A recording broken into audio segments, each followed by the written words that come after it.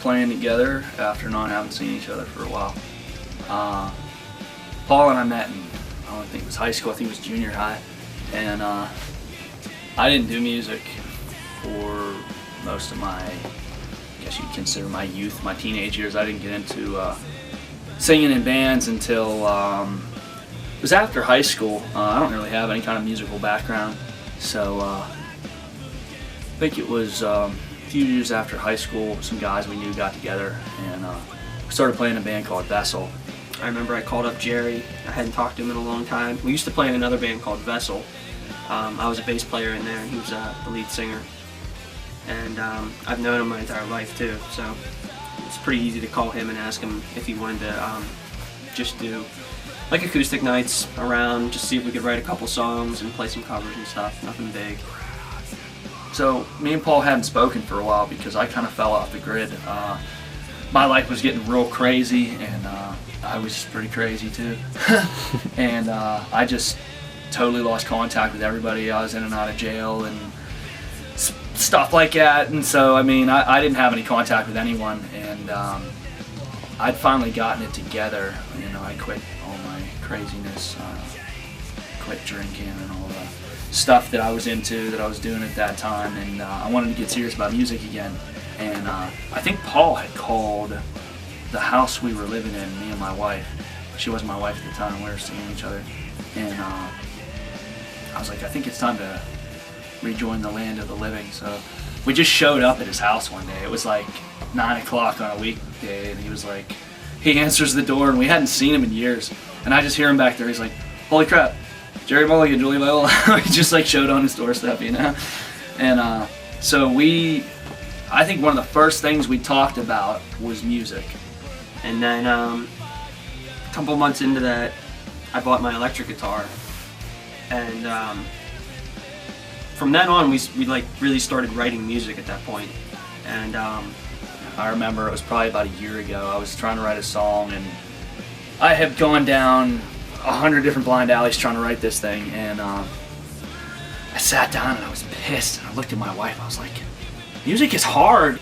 It was only a couple months after that I went to a party, my friend Diana's house, and that was when I met Sean. And well, Winter's Descent was founded about 4 years ago between the bassist Paul Lucas and I, through now ex-girlfriend. Just wanted to start getting a band together, and based off of that, he came to a New Year's party within the month, towards the end of January. It's 4 years ago. I suck at math. 2008. Yeah. I walked into this basement and he's completely trashed behind this drum set, playing with my friend Brian, and I'm watching him for about a half hour, and I finally get a chance to talk to him, and he's got his arm around me. He's like, "Man, you gotta come play music with me sometime," and I ran it on for another half hour after that. And so it was about a month later I ended up playing music with him one night, and I don't know, it was real instant. I knew I wanted to play with him and wanted him to be my drummer. We started playing with Sean. Paul met him at a party, and we clicked pretty much right away. We had a lot of fun playing together. You know, we do improvs, and we would just play out of nowhere, you know what I mean? We wouldn't have anything written. Someone would just throw down a riff, or Sean would throw down a drum beat, and I'd start freestyling lyrics, and it would just kind of come from thin air. We'd like pull this out of the ether, you know? And it was a lot of fun, you know? I mean, that's what music's really about to me, is that feeling, you know, that connection, that just being lost in the moment and having it just kind of take over you. At that point, we didn't have anybody else, and it was just us three for a while, and wrote a lot of like rocky poppy songs, and I don't know, I was still learning how to play guitar at the time, so it was tough going trying to write music and learn how to play at the same time. Mm-hmm. And just my style, like I said, because I'm a bass player, a lot of my music is real straight chords, you know, nothing real difficult, you know, and I usually rely on the singer and the the lead guitar player to add the magic to it. And I don't know, we had a few musicians come in and out, and then knew that we needed other musicians, so we tried out a bunch, and the first lead guitarist we had was a buddy of mine I've known since preschool. His name is Kevin, and he stuck it out for about a year and a half.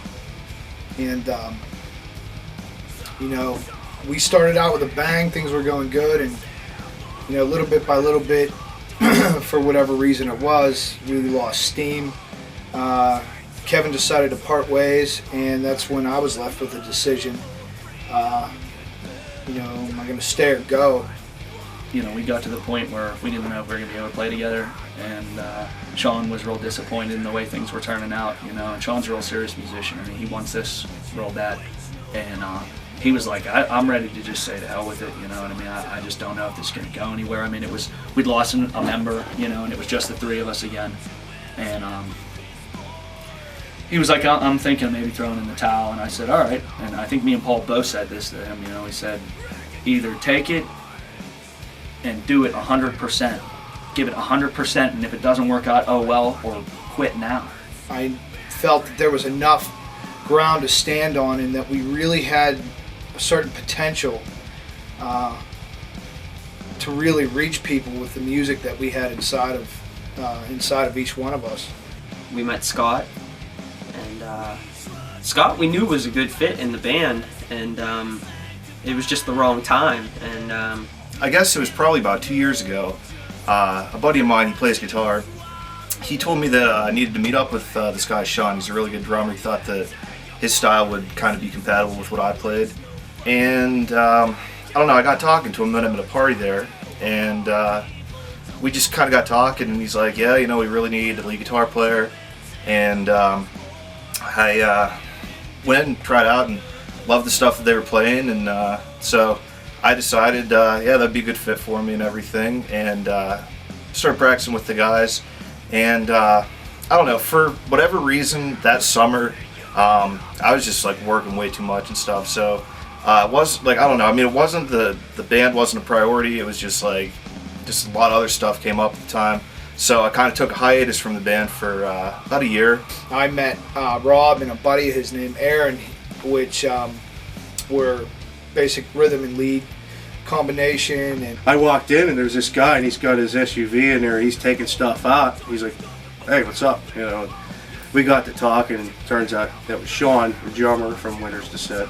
And I just happened to stumble into a practice room. Rob was saying, wow, you know, he heard us play in the practice space, and he said the recordings I heard really didn't do you guys justice, because we were recording on this little, it's an H2, it's a digital recorder that you use for practicing. Shooting forward back to when I said we were cutting a demo, we also had a show to do at the Millville VFW. It was a cancer benefit with another band called Nebulous, and obviously we didn't have our bass player anymore, and you know, took it upon, you know, Rob and Aaron to say, hey guys, you want to help us out with the show, so on and so forth. 2 weeks before the show, they came in, they did what they needed to do, knocked it out, we rocked it out. Had a pretty good turnout, especially for something short notice. I think, I don't know, we had like 30, maybe 40 people show up. They were in a tight spot because they were supposed to do this show, and they were a three-piece with, you know, a guitar player, a drummer, and a singer. You know, there's no bass player, no lead guitar, and really they were at least trying to find a bass player. So Sean came to me and said, you know, we're kind of in a tough spot. We got a show in a month, and we could really use a bass player. Are you up to trying to learn our stuff and do the best you can to fill in, so we have, you know, at least a complete band for this? I said, yeah, I mean, I can't make any promises how good it's going to be. I'll do everything I can. You know, I'll come down on your practice nights and try and help you out. And you know, I said, you know, even Aaron, he might come down and be able to do some leads if you need that over top. And I remember, I guess I'm backtracking a little bit. For a long time, we had played music that was a little more middle of the road. It was kind of Deftonesy, you know what I mean? We had Tool as an influence, and like I said, it was a lot of low end. But Sean kept Sean's constantly, I mean, when Sean's not happy, you know. And he was like, I want to be in a heavy band, and we're not a heavy band. And here's me and Paul like, all right, how can we help you out with that, So he's like, I think we need to scrap everything that we're doing and just start writing new stuff. And initially, me and Paul were like, no, I mean, we've written 4 or 5 songs. We like our songs. We're not going to scrap everything. And then, he's persistent in the end. That's exactly what we did. But Paul wrote some new stuff, and it was heavy and it was dark, and it was just like, I mean, we took that and ran with it. We just kept getting heavier, and I started going from singing to doing these low, guttural, growly kind of like screams. I mean, there are parts where it's almost like death metal screams. And so now Sean turns around like a year and a half later, and he's like, well, we need to do stuff that's more musical, what I mean? Now we're too heavy. The end of the summer in August, playing Munhall Days, which was like a family fun fair. They had a petting zoo and an oldies band, Elvis impersonator. And a lot of people will chuckle at that, but the guy was actually a really good Elvis impersonator. I'm not a fan of Elvis, but he was entertaining. He did it well. Played Munhall Days, and we had Rob, and we were still playing with Aaron at this time. This is before Scott rejoined the band, and we had these Polynesian dancers on before us, you know what I mean? And I'm just looking like, wow, this is gonna be some shit. There were these, I think they were Polynesian dancers, and they were in these, like something that a little girl would wear to formal dance in middle school. And it was a bunch of them. They were doing the dance with the hula hoops and the cups on their head and the funky music. I mean, and I remember the bassist Paul leaning to me and just looking back at me as we're standing there looking at this group of Polynesian dancers in front of us, just in disbelief. He says, "When do you ever think that we would fall and act like this?" And I just didn't have any words. I just shook my head and said, "Never." And it was funny. There's even pictures of us, I guess, as we're caught in that moment with this look on our face. Never before and never again. That was what me and Jerry kept saying, because we were just gonna do it balls to the wall, and we didn't care if people thought we were crazy up on that stage, and if it didn't matter, we were never gonna do it again, so it didn't matter. So we went out there, and there's all these little girls dancing in front of our stage while we're setting up our stage. There's like this Polynesian kind of dance routine going on. Concerned at all about how we were going to come off, you know what I mean? I didn't care about losing face, you know what I mean? Here's our music, take it or leave it, and I'm pretty sure everybody was going to leave it. But I mean, we do our music for us, we don't play music for other people, we play music for us. I mean, it's good to have people to listen. That's kind of the point, that we're not out there trying to just come up with a hit song that people are going to play on the radio. Everybody really believes in what we're doing. So anyway, I'm standing there and I've got the mic in my hand. I'm getting ready to open up with just this crazy, straight from hell, in your face, intense screaming, and I'm looking, and I look at the people in the crowd, and it's like young kids, and there's like an old couple sitting there with their arm around each other, like, oh, I wonder what kind of this band is going to be. And we thought what was going to happen was all the small children and the elderly were kind of get blown across the field, and I just couldn't do it to these people, I was like, I just couldn't do it. I'm looking into their eyes, I'm like, I can't do that to them. So I turned around, I looked at everybody at the last minute, I was like, all right, I'm calling an audible. I'm going to sing instead of screaming all our stuff, because, a lot of our stuff was, it was straight growls and screaming. There was some singing, but it wasn't really melodic, it wasn't really musical, a lot of it, and it went over. I remember the boxing fights that were going on were letting out at the same time we were just about starting. And all these people were just kind of drifting out of the area where they had the fights going on, and it just ended up being a great show after that. A lot of younger people ended up staying. A lot of people were staying for the fireworks, so they ended up just staying to hear our whole set, and it just ended up being a much better experience than we had imagined.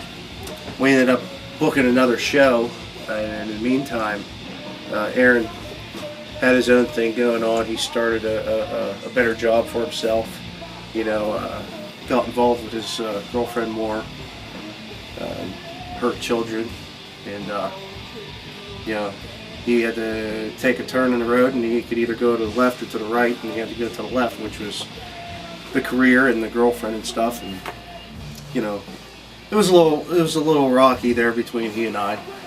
for a little while, but you know, he's been a long-time friend of mine. We got over it. It's just, you know, things didn't work out, and I know he's. Turned out that Aaron wanted to go a different direction than we did, so he parted ways, and the rhythm guitarist Rob stayed on board. You know, which was the best thing that could have happened to us. And then we got Scott, the lead guitarist from 2 years or whatever previous to that, back as lead, because we had another show to do that was already committed to before Aaron backed out. Well, things got together, and Scott was under the impression, you know, if he does his homework, everything works out well, you know, there's a spot for you here, and let's move forward. I was talking to Paul the one day. He plays bass, and you know, he's like, "Hey, you know, if you know you're not doing anything too major right now with music, we'd really like to have you back." And I was like, no hesitation. I was like, "Yeah, you know, definitely." Needed somebody for a gig that they were playing at the Altar Bar, so We just ended up doing a show at Altar Bar on the 11th of February of 2012, which was the biggest, best show that we've done so far.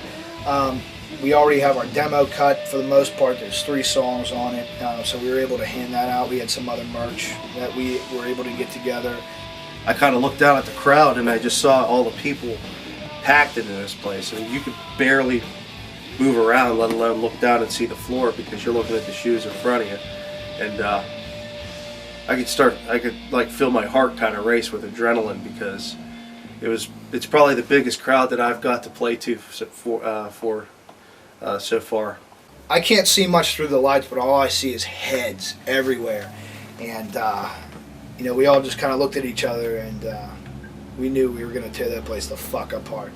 And we proceeded to do so. We got a great response at the show. We hurried up and we ran off like 50 or 60 copies of our demo, or however many it was, and we put them in sleeves, you know, have our name on it and who we are, a picture of us on the back, and all this happy shit. And we got a bunch of little lighters made that said "Winners Descent" on them. One had a logo, and well, they both had logos, but there was 2 different ones we used. And people were just walking out the door, and me and Sean, we had a stack of them like this with the CDs, and we're just throwing them at people. Here, take one, take one, take one. They're free, you know. I'm not sure if anyone actually took them home and listened to them, but you know, at least they know who we are now. So, you know, if they see another show coming up, and even if it's not with Patron Saint, you know, or Brainstream Records, who was also there, they see us, they might say, "Oh, those guys weren't bad, you know. I'll go see them again," you know. So this was, this past show was definitely the biggest thing we ever did. It's the first time we've really had merchandise to sell. It's the first time we introduced songs to people that we had never played before. And we really wanted to put a set together that was really like gonna be in your face and really like wake people up at that show. We knew we were going on second after a You know, it's snowing, it's cold, it's freezing, nobody's knowing if anybody's going to show up. Doors open, all of a sudden, place floods with less than 300, but well over 200 people. So, you know, I have a lot more stories than that to share with this band in the future. As far as I'm concerned, we're going to keep doing what we do. We get better at it. We get better at every show, which is really a good thing to hear from other people. You know, you always want to get someone else's perspective on how you're doing, because they're the ones that, you know, matter. You know, it doesn't matter so much, you know, what I think about it, even though I have to enjoy it. You know, if I'm not entertaining people, if we're not entertaining people, we need to know so we can fix it. But I know these guys are determined, just like I am. We've all had our trial and error in different bands and trying to, you know, get something accomplished, let alone make it big somewhere. I mean, that's all, you know, pipe dreams for us right now. I remember my wife said that she was talking to a girl in the crowd. She said, "I don't even like this shit, you know what I mean? I don't like this type of music, meaning I'm not into rock, especially heavy rock. I'm here to see Brainstream, you know, the hip hop band, but I like this. This is good." You know, we consistently had people tell us that this is not my style of music, but I like it. So, I mean, that's encouraging, you know. Would we all like to be big rock stars? Sure. What band in Pittsburgh wouldn't want to be. But until that day comes, we're just going to keep playing our asses off, showing up to practice 3 times a week at least, trying to come up with better stuff than we did before, and grow together as a band, become better musicians, entertain to our best of our abilities, and just keep pushing until we get somewhere.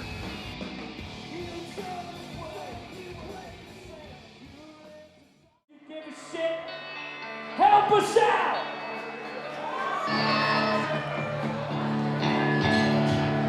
This song's called Beyond the Wreckage.